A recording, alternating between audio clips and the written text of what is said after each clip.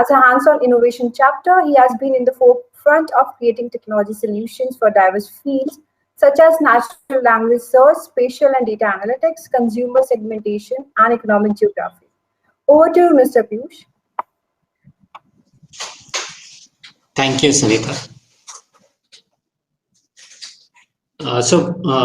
Thank you so much for inviting me for this panel discussion. I think it's an apt time to have started this discussion. Last 48 hours has seen a lot of activity. This is the regulations that we have come up, and on the entire piece of traceability and originator. Two terms have suddenly taken a lot of Google searches on finding out what they actually mean. We had seen a similar jump on understanding what is encryption a few months back when WhatsApp changed its policy, and suddenly you had people jumping to Signal and Telegram and all sort of ways to understand what's happening out here. And with the privacy laws, WhatsApp wanted to inform its users that it's changing. It didn't do anything on encryption, but suddenly you had seen that there was a spurt on encryption. So in this setting, it's apt to have some sort of a much more formalized way of interaction among various stakeholders that are there. And rightly, as mentioned by the various speakers earlier, introducing launch of this coalition, I think it is important to understand that encryption and privacy, there is more to it than just being a for and against debate to it, right? And they need to go in hand to form out a solution that is more acceptable within the context of the nation state that we have, and as citizens and as consumers and users. I think in that context, this is a great beginning, and I'm happy to be part of this and to set up this panel and moderate this panel. I would now like and invite the speakers for today. We have, first of all, I would like to invite Divya Gupta. She's an expert on cryptography, works with Microsoft Research, is a PhD in computer science from University of California. So I would like to invite her on stage. We also would be joined by Professor Debayan Gupta, who's the brain behind this entire coalition. So we'll have him on board. We'll also be joined by Mr. Azad. He's a former IPS officer and worked with the Bureau and the Government of India on security issues. He has having some trouble, so he'll join in as we start off the discussion. So let me begin, first by just having a basic question to Divya. Divya, what do you think in your perspective, what do you think of encryption per se, when you look at encryption? And I look at two ways. One as a user of messaging services as well as internet, but also as a researcher who's doing on the space. So to you, what does encryption actually stand for? Is it a ally? Is it a adversary? Is there a trust deficit? What is it for you? Hi Peeyush. Hi Debayan. Thank you for having me on this platform, and thanks Debayan for organizing this. Very happy to be here. Coming to the question of what is encryption, right? I think there is no single answer. I would say encryption has always need to be defined in a application where you're using it. So based on different contexts, encryption can have different meanings, right? Just put simply, you can think of the simplest cryptographic terms first, right? That there's a challenger and an adversary. You are encrypting messages. You don't want the adversary to learn the message, right? That's the simplest form of encryption. But this is only so far it goes, right? As soon as you start to apply it in an application, then you start to think about what else happens, right? It's not just one challenger and one adversary. A lot of it is going on. For example, in the WhatsApp context, you have this end-to-end encryption, but there are multiple senders, multiple receivers, and now you get into this question of which the government is asking, right? Who's the originator of the message? And what's the transcript look like, where all it went, and so on, right? The trace of the whole thing. So I think the definition of encryption becomes much more complex when you talk about large applications. But coming to the users, if you ask me as to what I want from encryption, my answer would be something very simple, right? I don't want anyone else to learn what messages I'm sending, but it's simpler said than done. It's a lot has to come together for this guarantee to hold, which makes policymakers happy, government happy, WhatsApp as a company happy, and users happy. Sure. No, interesting piece, and this is where I think this divergence in ourselves as a user and ourselves in our professional lives, how we really look at this and we understand. Professor Gupta, you've been researching on this topic. So for you, what does it feel when you're as a user as well as someone who's been researching on this area and also teaching students? So what do you feel about this? To you, what is encryption? I mean, as I mentioned a little bit earlier, it's usually been a source of frustration, feeling as if I have the solutions, but no one's listening to me, that sort of thing. But when it comes to encryption, I think I'll sort of put forth, as whenever any professor speaks, we like to have axioms, We like to say, here are 3 truths, now students go out, figure out all the solutions. This is left as an exercise to the reader sort of thing. Yeah. Now, I think when I'm looking at encryption as a service, as a citizen, there are 2 or 3 things that I'm really looking for, right? The first, even though as a researcher, I don't like mixing the terms security and privacy, I'll mix them together and say, I want security and privacy. I don't want random people snooping on my conversations, right? The second, and I hope to sort of, through this discussion, perhaps show the fact that this is not a real dichotomy. But I also hope to make sure because I want to tell my government, I'm not a bad person, right? Or people around me. There's a strong incentive that humans have to show that they have nothing to hide. Mm-hmm. They want to say that, okay, I want to hide my information, but I understand the government needs to be able to find terrorists or pedophiles or whatever, right? And there's some sort of feeling usually there that, okay, I'm willing to give a little bit to the government or to law enforcement agencies or whoever else in order to do that. So there's this second pillar that says there's some negotiation to be done. The third is the services we get. And this is the pillar that connects us. Okay, I should call them bridges now, I guess. That connects us to the industry. And there we are saying, I'm using WhatsApp, I'm using Gmail, I'm using this, I'm using that. Now, when I'm using Gmail, I'm probably not thinking about what they're doing. But I know somewhere in the back of my head that, when you don't pay for something, you're usually not the user, you're the product. Right? Now, right. When one lives in a world with these giant organizations like Google, Facebook, Microsoft, all of these giant organizations are there. We have, I think Yashovardhan very, very nicely. We have these nation states and these giant organizations.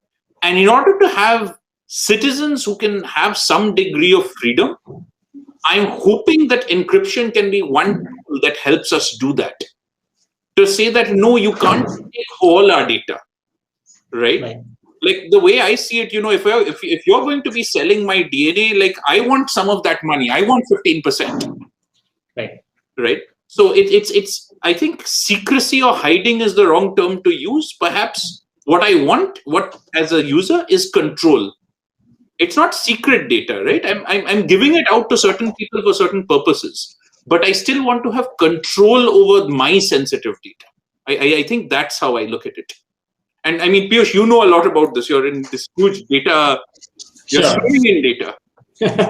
Right. No, and I think, very aptly put, while there's no, let's say, a divergence in things. But when I look at myself, and I represent market research agency, we've been living off making money from the data that we collect, right? So we are, right in center on this. But it's almost for decades that we have been actually making the collecting data and anonymizing that data, and actually building services that clients and commercial organizations, whether it's the Googles of the world or the Cokes and Pepsis of the world, how they can improve their product, what are the consumers' choices, etc. And we use and collect that data, and therefore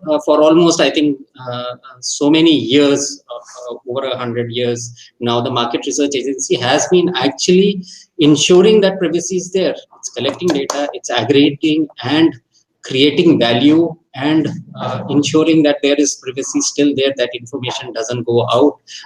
Data has been anonymized, and there have been very rare instances where the organizations have failed to self-regulate themselves. So in that sense, I think market research, I feel that market research as an industry has really stood up to the test of showing how information can be kept anonymized, and ensure that it doesn't go and is misused. While we do collect information a lot, and in that context, I do feel that challenge when I find that I visited a site and suddenly that ad is following me everywhere.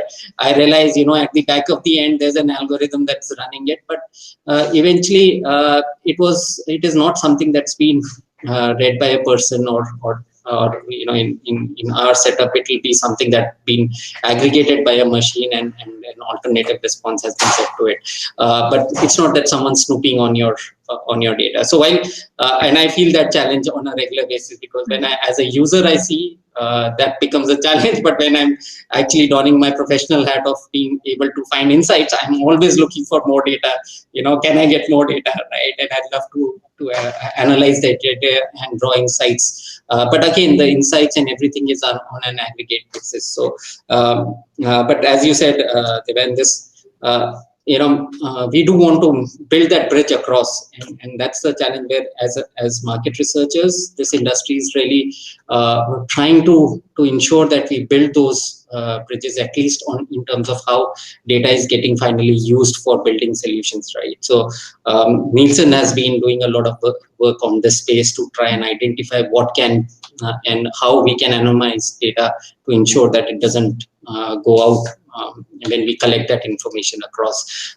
We do have that 2 opt-in process when we take people's information or seek information from people. So yeah, those are regulations that we have to be done, and that's where I think this industry stands out as an example of what can be done in this space on using it, and also being able to protect the privacy of the user.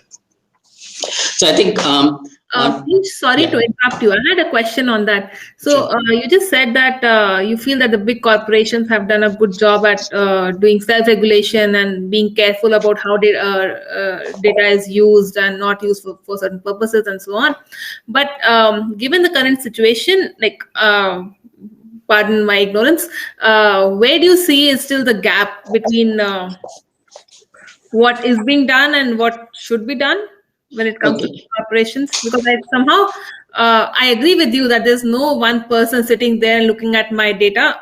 It is true, but still, when I see these advertisements, right, and that to cross-platform, not even on the same platform, right, that makes me believe that the data is being sold, right, left, right, and center, and shared. And I don't know what the policies of sharing there are. And sure. Me as a user, even though I do understand cryptography, but when I am doing this check mark, right, that accept terms and conditions, I don't know what they mean, and there's some very heavy jargon, right? Yeah. So what can be done there? Yeah. Yeah, so I'll kind of draw the line, and I'll say that when I mentioned that big corporations, I meant very specifically the market research industry, because that's the space, and which is the Nielsen, which collect information by actually asking you and giving you a clear information of, and it's not the long terms and conditions which you can't read in very small fonts, right? It is upfront telling you that we are collecting this information, we are going to anonymize your personal data, we are going to use it for this purpose. Very clear, and it's used for drawing relevant insights. That's something that we call off, right? So market research, just correct me if I'm wrong, you're like referring to when you collect a lot of data and you somehow intuitively speaking, you're doing some kind of aggregation on it, right? Yes. And you're not doing anything which qualifies as targeting. Yes. Right. So no, we do targeting, and targeting is different ways, right? Individual targeting is one part of it.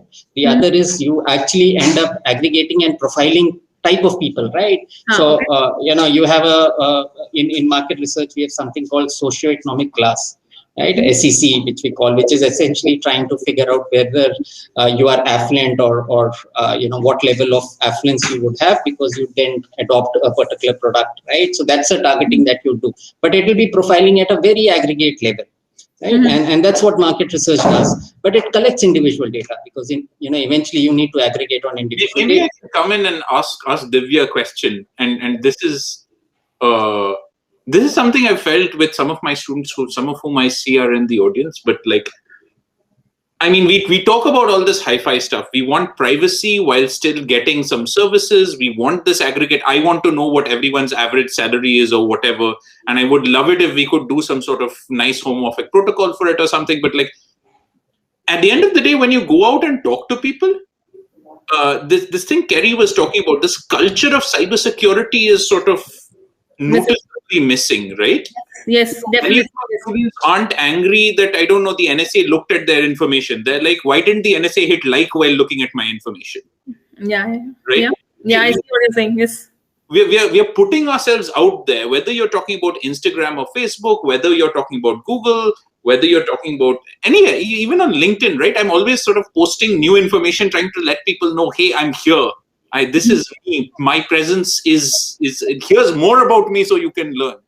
And how do we, this is not a technical, this is almost a sociological question. Yes. How do we balance this desire and urge to be out there while still saying, no, I want privacy? Yes. I think that's an excellent question. I don't think I have a good answer to this, but to me, it feels like the level of privacy varies a lot with each person.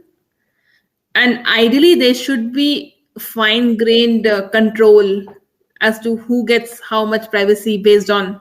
There should be some trade-off, right? Which should be in a user's control. Right now, we are just serving one thing to everyone. And there is just no control, right? Anyone who wants privacy just deletes their Facebook or Instagram account. That's the only option which is out there, right? Because once you're out there, you're out there. There's no filtering. So, yeah, I don't know whether that answers your question or not, but that's what my take on it is. Yeah, but this is more questions. Yeah, and the bigger question, right? One can actually say, okay, this trade-off is good enough for a social messaging platform, but when it comes to government services, do you allow that trade-off to come in, right? If I don't, right, whether I can't do with Aadhaar or I don't do Arogya Setu and I'm not getting my services, is that a challenge that come up, right? So the trade-off can't be against development versus privacy versus security. So that trade-off needs to I think we really need to work a framework that allows us to look at all of that, right? So I think moving forward. One more point. I think that I completely agree with Debayan and I think Kerry in particular, right? That the basic thing is education, which is missing, right? We need to make people aware that what is encryption, what does it mean to have privacy and security, because until WhatsApp announced change of policies, I'm sure no one cared about what encryption is, right? It kept showing that it gives you end-to-end encryption, but no one Googled it then. People Googled it when they said that, oh, we are gonna change something, right? I think people, while using these platforms, I think awareness has to be there, and I think it can only happen if it becomes a part of our daily conversations with friends, with family, with colleagues, and so on. Because I think now everyone is on social media and these digital platforms without knowing what it means to be on them. So the challenge for us therefore becomes, because awareness is not something that's going to happen overnight, especially with literacy levels in India. Where do you think, where do we really, or what sort of laws should we create that ensure that, till the time being we are digitally literate and aware of these things? What kind of framework or laws should we have for a long-term perspective? Because it can't be overnight, right? So that's our struggle, I think. So what's your views on that, or and what do you think should be our approach towards this? Because this will always be a constraint that we have. Yes. So I'll come in first if I can, because sure, go ahead. Because maybe Divya has an answer, but I'll raise one more problem before we answer it, which is I don't know the long-term what should we do thing, but I do know one thing. The thing that you said earlier, once something is out there, it's out there. You can't take it back. You can't take it back. Yes. The EU is trying to do this with its right to be forgotten and all of that stuff, but sort of a pipe dream, right? In many, many ways, unless there's really massive regulation and cross-country, right? Because this is happening globally. So, while we wait for that final solution, that's a terrible phrase to use, but that final regulation to come in, we actually need to err on the other side. Yeah. Right? We need to say we can't put any information out, because anything that's out there, you can't take it back. I mean, this is a terrible person to quote, but like Will Smith said about, I think, his son Jaden, that, I said a lot of stupid things when I was 15, but nobody remembers that, fortunately. The problem is now anything you say when you're 15, you're on Facebook, or you're on, you make a website and you just put yourself out there. Right? I know 18-year-olds who are making their LinkedIn profiles and adding a section saying, rebel or like whatever. Right? And, the first thing your employer is going to do when you apply is they're going to Google you. Right? So whatever's out there is, first of all, permanently out there. And secondly, it affects you in the long term. Yes. So it's actually really difficult for me to imagine what that regulation would be, because necessarily anything we do in the short term in order to be effective would have to be sort of unduly harsh. Yes. Right. Yeah, apologies to interrupt. Mr. Yashovardhan, Azad has joined the session with us. So you can direct your questions to Mr. Azad as well. Sure. Welcome, Mr. Azad. And I think I'll start off with one question that I had posed to others also, and since and we're basically saying that what in your understanding is encryption for you, both as a user as well as in your professional capacity as a law enforcer. So what's your take on encryption per se? Well, let me say that I have worn three hats. One is, of course, as a user. The other from the intelligence agency, the law enforcement. And third as the central information commissioner, where one was looking after the public good and, the public interest. Let me say at the very outset that definitely end-to-end encryption is for the larger good, putting it in very plain terms. And there is no doubt that for all these, social media, end-to-end encryption it's absolutely critical to uphold the integrity, the security, and the privacy, which is our fundamental right. The other thing I would like to say is that on balance, it is very, very legitimate in certain cases, the state interest or the cause.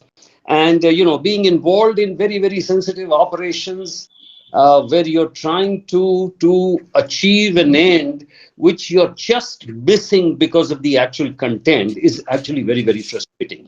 So I can understand the needs of the security agencies when every security agency all over the world wants some kind of a key, whether it's a clipper chip or whether it's, something which can open a back door. And I realize that it is not possible. Now, the issue today, coming to the most relevant burning issue today, is, of course, the traceability part. And on that, I would certainly say that end-to-end encryption must be maintained. But what do we do about the traceability part? One is, of course, the technical issue. Can the security architecture be somehow remain the same? Yesterday, I heard on a channel, no, if you give a UID and if you give a digital signature to all, it can be found. But the question is, even if you get the traceability, how vulnerable your security architecture become? So, as a cop, definitely I need it very critically in say 1% of the cases. But if you break for one, you break for all, and then the public good is affected. So in the end, I would definitely veer on the side that the sanctity of the end-to-end encryption must be maintained. And later on, of course, we can talk about the metadata and how investigations and all that can be, facilitated with the help of the tech giants coming on more and more, meeting platforms where a lot can be done. Because ultimately, traceability is what? It's about investigation. It's about prevention. It's about prosecution. So that is my take that encryption should be maintained. No, I think very well and aptly put in. That's coming it strongly from someone who's been also looking at a public good. It is, I think that opening doors for one and it spreads out is something that is of a bigger and larger danger. So I think very aptly put in. But coming back to Divya, like Mr. Azad said, right, once there's obviously this whole thing about traceability, etc. But do you think that there'll be also solutions that keep on developing on better cryptography or trying to really overcome the regulations that come up, right? We've always seen that you'd have some sort of a technology solution to countering the regulation that comes in. So what do you see the movement in that space? Yeah, sure. So I think you're right that technology also keep on improving, right? I'm guessing that's what you're hinting at, that once you say that you want such and such primitive, of course, more research happens to make that possible. But I think what Mr. Azad rightly said, right, that once you have traceability, you're gonna have to weaken end-to-end encryption in some way, right? Because you are giving sort of a backdoor. Not all guarantees which are present without traceability are going to be present now. But sure, you can try to find the best of both worlds to make everyone, whatever means, like make somewhat happy. Right. But yeah. So you don't see that there'd be a more, if you open traceability, then it will just open the doors. That's what you're saying. It'll open some door, definitely, right? Because you can easily see, right, that if you have full end-to-end encryption, then traceability is not there currently, right? So of course you're asking for some backdoor, some leakage, which you are saying is permissible. Right. So it is not as secure as it was before. How insecure it might become depends on the exact solutions. But yeah, you're definitely weakening the security guarantee. But it might be okay, right? As Debayan was hinting at, right? That you want some kind of privacy. At the same time, you do want some way to prove to government that you are not a bad person, right? So it's a balancing act. Right. Maybe I can come in and sort of give the perfect solution. Give me lots of money and I'll try to solve it. Divya will say the same thing, I'm sure. Yeah, sure. It is correct, right? That as like the best research is something which is guided by what is needed. Right. It's a great way to do research, right? Right. So I'll also say this idea of traceability is very interesting to me because it's really important we write the language of these things very carefully because, this is government law coming up against mathematical law. Yes. And usually mathematical law trumps everything. So you have to be very careful. So when we say traceability of messages, what do we mean? Let's take the exact example, right? We are sending instant messages. Are you only talking about forwards? What about if I copy paste a Yeah.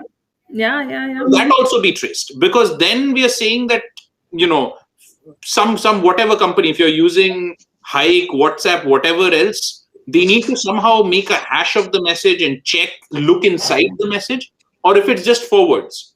Could it be something like what we do in emails, where when I forward, it adds a via whatever at the bottom of the text. And if I want to delete that, the user can delete that, but then the user becomes the originator. Yes. Right. Yes. That's a cheap solution that WhatsApp could probably implement tomorrow. But would the government be satisfied by that? Yeah. Then comes the internationalization of it, right? How do we define territory of India? So do I look at +91 numbers? What if it, I have another, there are lots of people with numbers which are non-Indian residing in India. Then the WhatsApp app or whatever other Telegram, whatever, they would have to look at your location. So you see what I'm saying? Once you start chipping away at the foundation, there's a lot of stuff up top. And that's one of the things I'm hoping to sort of bring up in these forums. Yes, definitely. You're right. Yeah, because I think like you rightly pointed out, right, that this copy paste, you allow that, not allow that. Then it comes to, if you do hashing, then of course you can change it slightly. Then it's the intent of the message. I think eventually it might boil down to reading the message itself, right? If you just translate English to math, as you said. Right. So, Mr. Azad, I think a couple of points that Professor Gupta kind of brought about was one is interesting pieces on jurisdiction and across jurisdiction. How does it play? And in your interactions in the Intelligence Bureau, how do you really think that this plays up when we, on a practical level, we might have a regulation saying, okay, there has to be some sort of an sharing or a follow-up, but on a practical level, does it really work out? How do you really interact? And if there's something that has originated in another country and you're following up that lead, how does it work? Oh, I can tell you there are huge issues involved, and most of the time these are the issues, and you're aware because most of what we want based abroad, and there are of course a lot of there's a lot of cooperation on different platforms as far as the security agencies go, and in many cases the information is got through those channels than the channels we are referring to. But let me also get back to some of the key issues which we discussed just now. And what I would like to say is that the rules which have been notified now, since they have been premised largely on security considerations because of, say, sovereignty and security and etc., there are a lot of other issues which need to be, looked into. I mean, I'm sorry I joined late, so I'm not aware of all this. Probably it has already been discussed. That the huge task, now that they have indicated that more than 5 million users are going to be the big guys and the others are the small guys. But, having digital signatures for each, it's a disturbing thing because, you guys are more, savvy than I am in these tech matters, but, morphing would be easy. There'll be threat from the rogue elements. And I'm most worried because of security considerations, whether it's say coming from China or other hacking, perfect agencies and things like that. So these are issues which cannot be, denied or even put backdoors. So I would suggest that this is an opportunity where the tech giants have come to a platform. They must come on a platform together.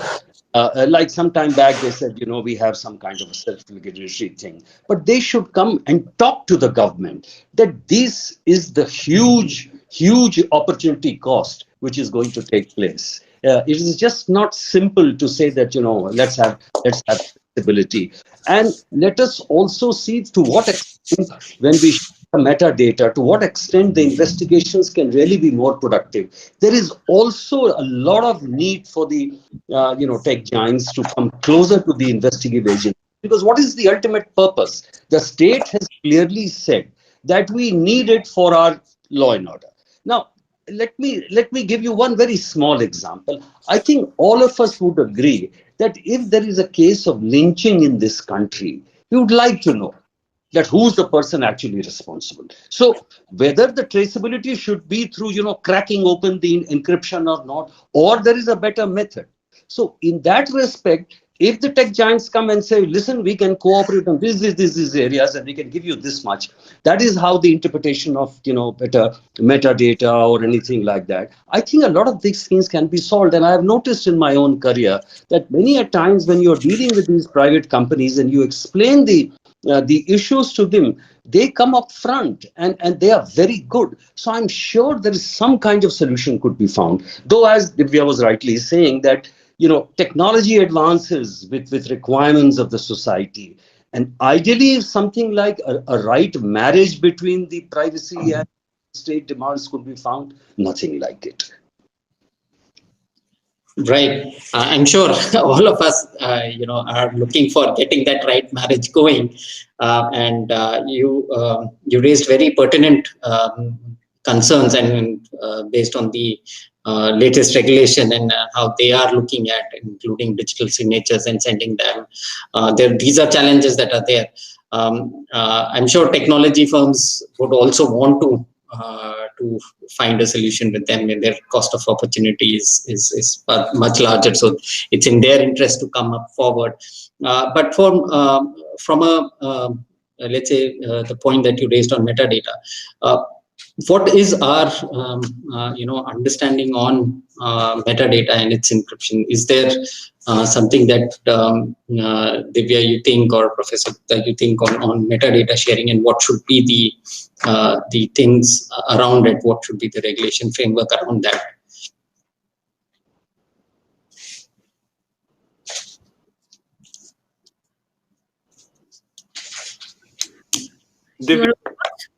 You can go first. Sure. I think you can tell by a reluctance what our answer is going to be like. So my answer is nothing. No. My core shouts against that and says that no, like I was telling one of my students, right, if I know that you got a call from your doctor and then you called both your parents and then you called a cancer center, like I know what happened. I don't need to look at the content of those messages. Right? Metadata is data. Metadata can sometimes tell the whole story. And, I'm sure experienced investigators like Mr. Azad can find out much more from metadata than I can. Now, the difficulty, of course, is that, as was mentioned earlier, the law enforcement agencies' requirements, I'm not saying that their proposed solution or whatever we have right now is correct, but their requirements are completely legitimate. Mm-hmm. Right? They have very important and core requirements that need to be met. Now, whenever we create such a solution, I feel like there are sort of two basic things we need to sort of get moving at the same time. One is the technology. And as I mentioned earlier, Divya and I both work on like these kind of privacy preserving style stuff. And, we have lots of stuff which we're very frustrated isn't being used already, I'm sure. But the other side that needs to get moving is a little bit harder. It's this, it's these conversations. It's this operational aspect of the story, right? And that has somehow really lagged behind in this space. And I'm hoping that Mr. Azad, I'm just so happy, and I shouldn't be, I guess, but I'm just so happy that someone with your background, with your gravitas, with your sort of law enforcement credentials, is speaking so clearly in favor of the things that we usually speak so clearly, sort of with such strength about. And, perhaps it was me and other people like me who had these wrong conceptions, right? Yeah. So I think we were like, oh, the law enforcement people are just like, they just want to find out more about us. And I think I thank you for making it clear that that's not the point. And I think that it's these conversations that can hopefully lead us to some kind of solution. But on the metadata front, you'll notice I was conspicuously absent any solution, and I'll leave that bit to. No, I think I completely agree with you, and I have nothing more to add. I think, there's no distinction between data and metadata. They are both equally, informative. Your comments, Mr. Azad, on metadata. Let me say that, there is a difference between, is the last mile connectivity, as you say, the difference between the metadata and the actual content. But, I'm very happy what Debayan said about this conversations, because let me tell you that I have been greatly influenced by the public discourse, and people like you, bright guys like you, who have been articulating on these issues. And that's why when I consult the guys from technology, consult people from others, there has to be a via media. We can't be in a straight jacketed kind of thing. And that's why I think because of that, a lot of things are coming out in the open, which is good. And that's why I suggested that there is an avenue where the public platforms can allow meeting of minds from the government sector, from the investigation agencies, and technology too. Now, a few words about metadata. There are two things. One is, of course, the persistent demand of the investigative agency. Let me say that I'm not clearing the investigative agencies completely. Often there are demands become indiscriminate, which is wrong. And I myself, as supervisor, have curbed this tendency of just trying to get, location, towers, etc., and all the other things, which may not be required investigation. And that's why I'm saying that when government is laying down rules for laying down, for avoiding, as they say, what misuse and by the social media platforms, then from the government side also it should ensure a robust system. And that means that what are these demands? I mean, metadata, how much of metadata, how many times, and for what use? Today we are talking about sovereignty, we are talking about special, public orders and things like that. Tomorrow it might relegate to ordinary. In many cases, you don't need metadata. You don't need anything for that matter. You just want to know, that this, as Debayan rightly said, that in some cases it's true, you want to know. Now, in the case of metadata, there have been views. I mean, even NSA said that, I think UK or NSA, that, metadata does not give everything, getting all data does not ensure security. Maybe true. But for threading the very, very important investigations, and I would say anything which connects very deeply with the social fault, like the mob lynching, anything which is relating to counter-terrorism, these are areas where you need a very, very, a large kind of investigative loop where there is metadata required.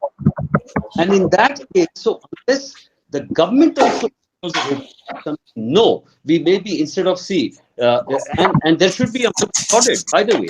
It should, like in United Kingdom, they say that in the month of January, there were 650 demands for this business. And so it gives you an idea how the government agencies are working. And I would say it will be very healthy on the part of government. And one more point which I would also like to say is that the minister said that it should be a court. I think is now that in our democracy, to ensure, to strengthen our rules and regulations, it should be court mandated, so that it becomes less and less used for others. So what I'm saying is there should be a cautionary tale. Understand that metadata should not be demanded all the time. I've told you that investigation, the metadata goes up till the last.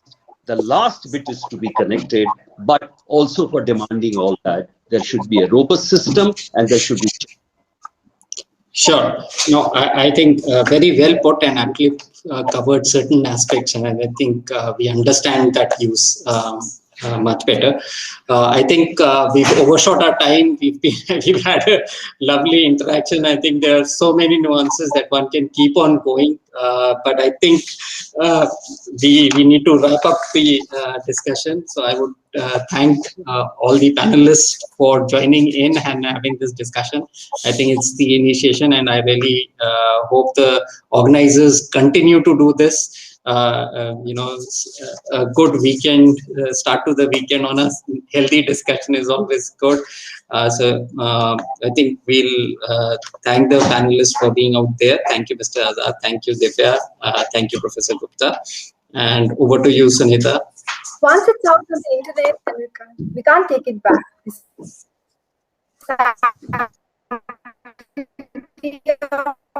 End-to-end encryption must come on one platform to find right solutions. Indeed, an interesting discussion around encryption and data privacy. Thank you all. And now, ladies and gentlemen, it's time for the final but the most important part of the evening. Yes, the launch of CIPHER. For this, I would like to welcome our CEO Rama on stage to unveil the CIPHER logo and website. Thank you. May I call upon our CEO Rama?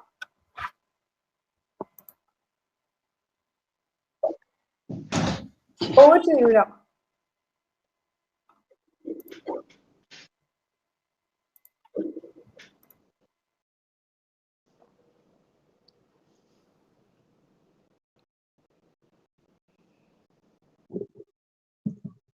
So good evening, everyone. Thanks for joining us. We've had really wide and rich discussion in the panel and also from Apar and Grover, and very valuable insights from Mr. Azad. So now I would like my team to unveil the video for the launch of CIPHER.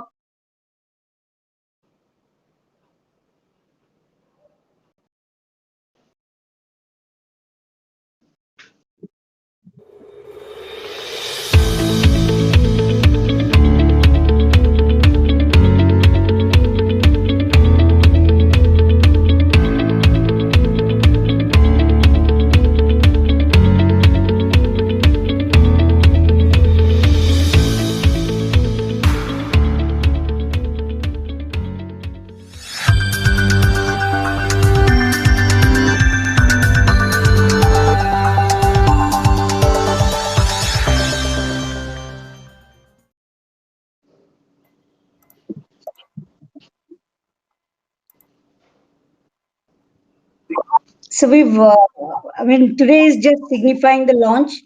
There would be a website where you can register. I would urge everybody who's passionate about this theme, if you may be a technologist, you may be a researcher, or you might be from the civil society working towards, civil rights, a champion for privacy, security, please do register, evince your interest, because we really truly want this to be a collaborative platform. And I'm sure there would be a very diverse cross-section of people who will be able to join and deliberate so that we can have more nuanced discussions, so that we can deliberate on how do we build this trust in this ever-pervasive digital world, get the big tech, startups, researchers together, and of course, several policymakers and law enforcement together. Over to you, Divya. So thank you, everyone, for joining in. I do apologize for running over time, but I genuinely had lost track of time during the panel discussion. So, thank you, Peeyush, for running that and being so kind and sort of running it so well that, I myself, who's supposed to be one of the organizers, completely lost track of time. But I guess that's what happens when you talk about something you love. I do encourage everyone to please come join us. The whole point of CIPHER is to facilitate and foster discussions. We're going to be doing some cutting edge crypto. This goes out to all of my students and everyone out there who's interested. We'll be writing white papers, holding symposia, and we're looking forward to hearing all of your solutions to these problems that we'll be putting forward. So please do come to cipher.ashoka.edu.in and register your interest, and we'll be in touch. Thank you.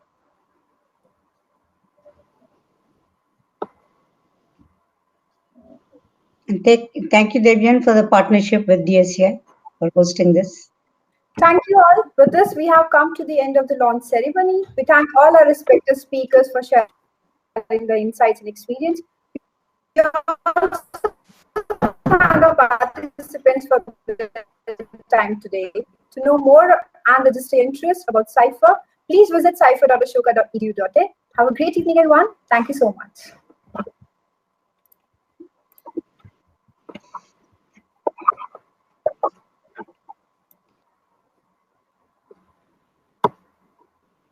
So thank you, Sunil.